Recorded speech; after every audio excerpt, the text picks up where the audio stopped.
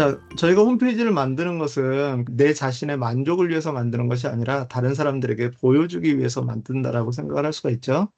그렇기 때문에 다른 사람들이 내 사이트에 들어와서 볼 수 있도록 최소한 성심성의껏 준비를 해야 돼요. 자, 그래서 구글 검색 엔진 상위 노출을 위해서 과연 우리가 어떻게 해야 될지 이 부분에 대해서 인공지능한테 물어봐서 나온 간단한 내용입니다. 첫 번째는 고품질 컨텐츠 제작, 뭐 당연한 거겠죠. 그리고 두 번째는 기술적 SEO 최적화, 이 부분에 대해서 오늘 조금 얘기를 할 거고요. 그리고 온페이지 SEO라고 하는 것도 뭐 비슷한 영역에 해당이 되고요. 백링크 구축, 처음 들어보는 단어들이 좀 많이 나올 거예요. 그런데 이 단어들을 좀 귀에 익혀두시기 바래요. 계속해서 좀 나올 거니까. 백링크 구축, 그 다음에 사용자 경험 개선, 이거는 이제 내비게이션에 대한 내용이거든요. 메뉴 구성을 어떻게 할 건지에 대한. 그 다음에 로컬 SEO, 이것은 그 지역 비즈니스를 하는 경우, 로컬을 대상으로 해서 비즈니스를 할 때 그 로컬에 있는 사람들한테 잘 뛰게 하기 위해서 어떻게 해야 될지에 대한 그런 부분이고요. 그리고 컨텐츠 마케팅, 특별히 여기서 이제 소셜 미디어를 통해서 컨텐츠 홍보하는 그런 부분들에 대해서 얘기를 하고 있고요. 또 웹사이트 분석하고 지속적인 개선 작업들을 저희가 해야 돼요. 한번 홈페이지를 만들었다고 해서 끝내는 게 아니라 그 다음서부터는 이제 유지 보수가 계속 들어가야 되니까. 그리고 전문성, 권위성, 신뢰성. 사실상 이것은 내가 할 수 있는 부분도 있지만 내 바깥에서 해줘야 되는 그런 부분들도 있어요. 특히나 신뢰성이라고 하는 것은 내가 아무리 나를 믿어줘라고 해도 믿을 만한 사람이 나를 믿을 수 있다라고 이렇게 다른 사람들에게 홍보해 준다라고 하는 것만큼 더 좋은 그런 홍보는 없다라고 생각이 들고요. 음성 검색 최적화. 지금 이제 요것이 조금씩 대두가 되고 있는데 아직까지 저희는 요 부분까지는 좀 생각을 하지 않고 여기에서 이제 이렇게 이 내용들을 보면 이 내용들을 바탕으로 해서 여기에 SEO라고 하는 이 글을 보시면 여기서 이제 이거를 크게 두 부분으로 나눠놨어요. 먼저 그 SEO라고 하는 거, SEO는 뭐냐면 그 Search Engine Optimization이에요. 검색 엔진 최적화, 웹사이트를 검색 엔진에서 더 잘 검색되도록 최적화하는 과정이다. 라고 이렇게 얘기를 하고 있고요. 전에는 이것이 전문가의 영역이었어요.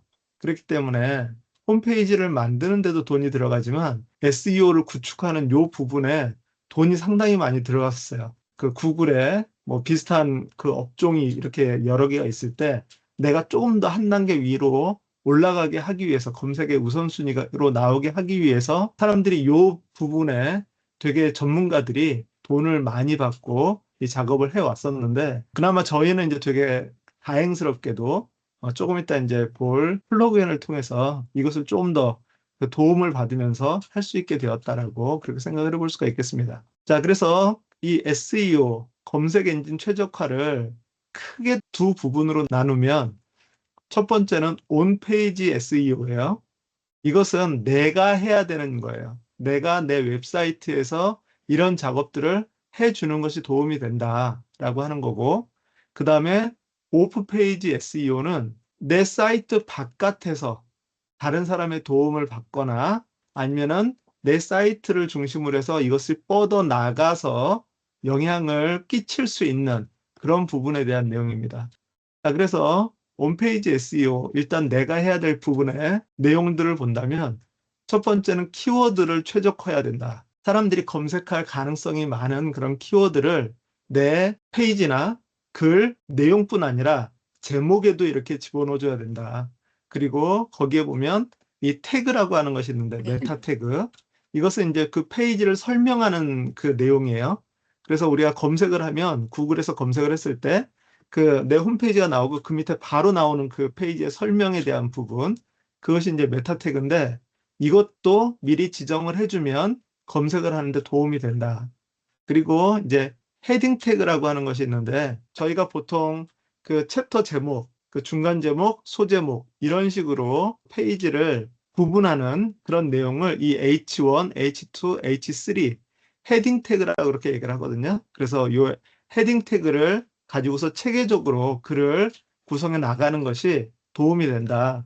자, 그래서 지금 요거 같은 경우도 이렇게 해서 H1 태그를 하나 집어넣고 그다음에 얘를 뭐 H2 태그로 집어넣고 이런 식으로 이제 계층별로 이 글을 작성을 해 놓으면 이것이 검색 엔진에 있어서 조금 더 효과적으로 검색이 된다라고 하는 그런 내용이고요.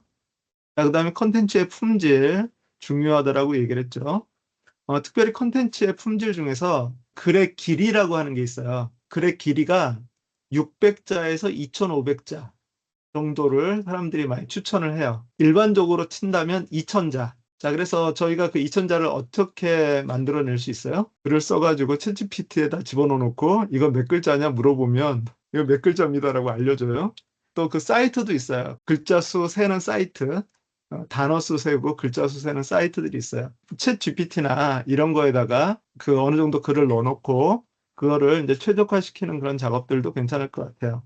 또는 이제 뭐 글을 어느 정도 대충 써놓고 그거를 뭐 챗GPT에다 집어넣어서 이거를 2000자에 맞게 정리해줘라고 하면 그러면 또 이제 얘가 그거를 맞춰서 정리를 해주니까 그걸 다시 한번 리뷰해가지고 글을 쓰면 그것도 괜찮을 것 같습니다. 자, 그리고 URL 구조, 짧고 명확한 URL은 검색 엔진과 사용자에게 좋습니다라고 얘기를 하고 있어요. 그래서 특히나 그 URL의 주요 키워드를 포함하는 것이 좋다라고 그렇게 얘기를 했는데 이 얘기를 우리가 언제 했었던 것 같은데 혹시 기억나시나요? 퍼머링크라고 하는 게 있어요. 퍼머링크. 설정에 가서 보시면 고유 주소라고 있어요. 퍼머링크라고 돼 있을 거예요. 영어로 돼 있으면. 이거를 눌러보시면 고유 주소를 어떻게 할 거냐. 일반적으로는 이렇게 숫자인데 숫자만 써 있는 것보다는 이렇게 글 제목으로 이렇게 써져 있는 것들이 좋다. 그리고 또 뭐 얘기를 들어보면 여기에 그 제목에 그 키워드에 해당하는 그 단어들이 한 3개에서 5개 정도 들어가면 좋다라고 이렇게 얘기를 하더라고요. 중요한 거는 내가 글을 이렇게 쭉 써놓는데 그 글을 함축하는 단어 한 3개나 5개 정도를 여기에다가 이 제목글로 그렇게 집어넣어 놓으면 좀 더 검색에 잘 뜨인다라고 이렇게 얘기를 하고 있고요. 또 이미지 최적화라고 하는 게 있어요. 이미지 최적화는 뭐냐면 이렇게 이제 홈페이지에 사진이 들어가잖아요. 그림이 들어가잖아요.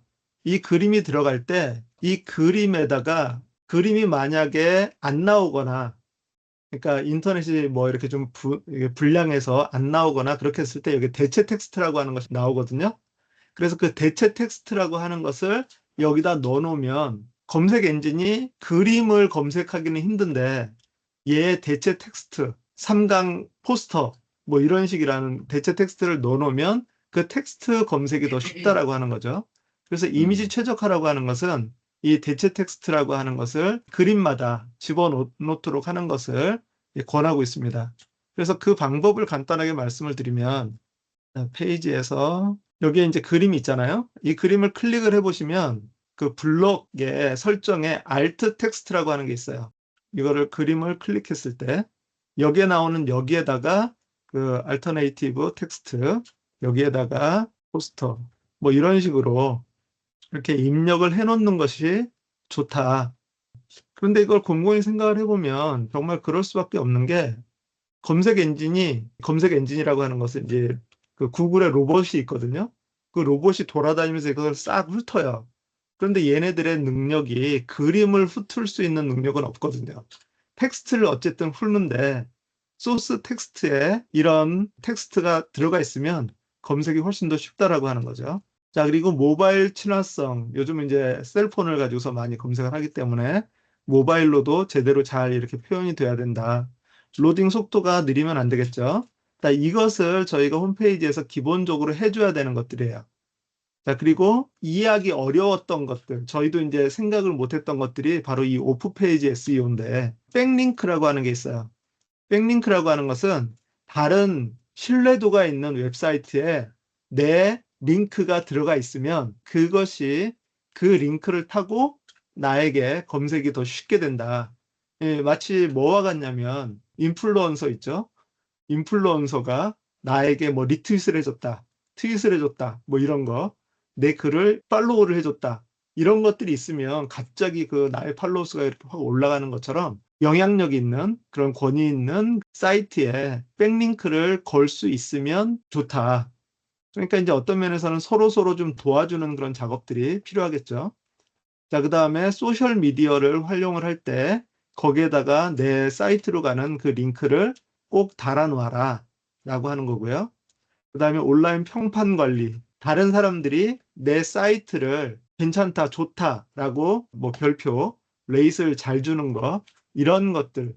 그리고 이제 지역 SEO에는 그 구글 맵이라든가 이런 데다가 그 마이 비즈니스를 등록해가지고 작업을 해놓는 것이 도움이 된다. 자, 그러니까 이런 것들을 한번 여러분이 쭉 하시면서 홈페이지를 만드셨으면 좋겠어요. 자, 그리고 이제 중요한 거.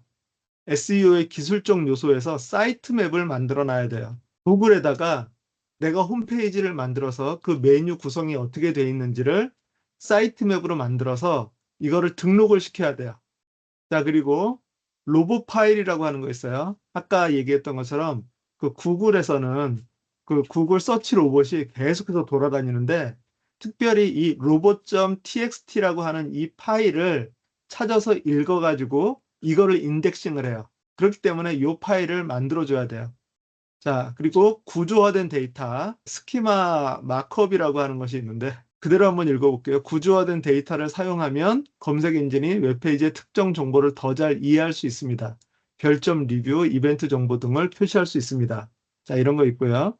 SSL 인증서, HTTPS를 말하는 거고요.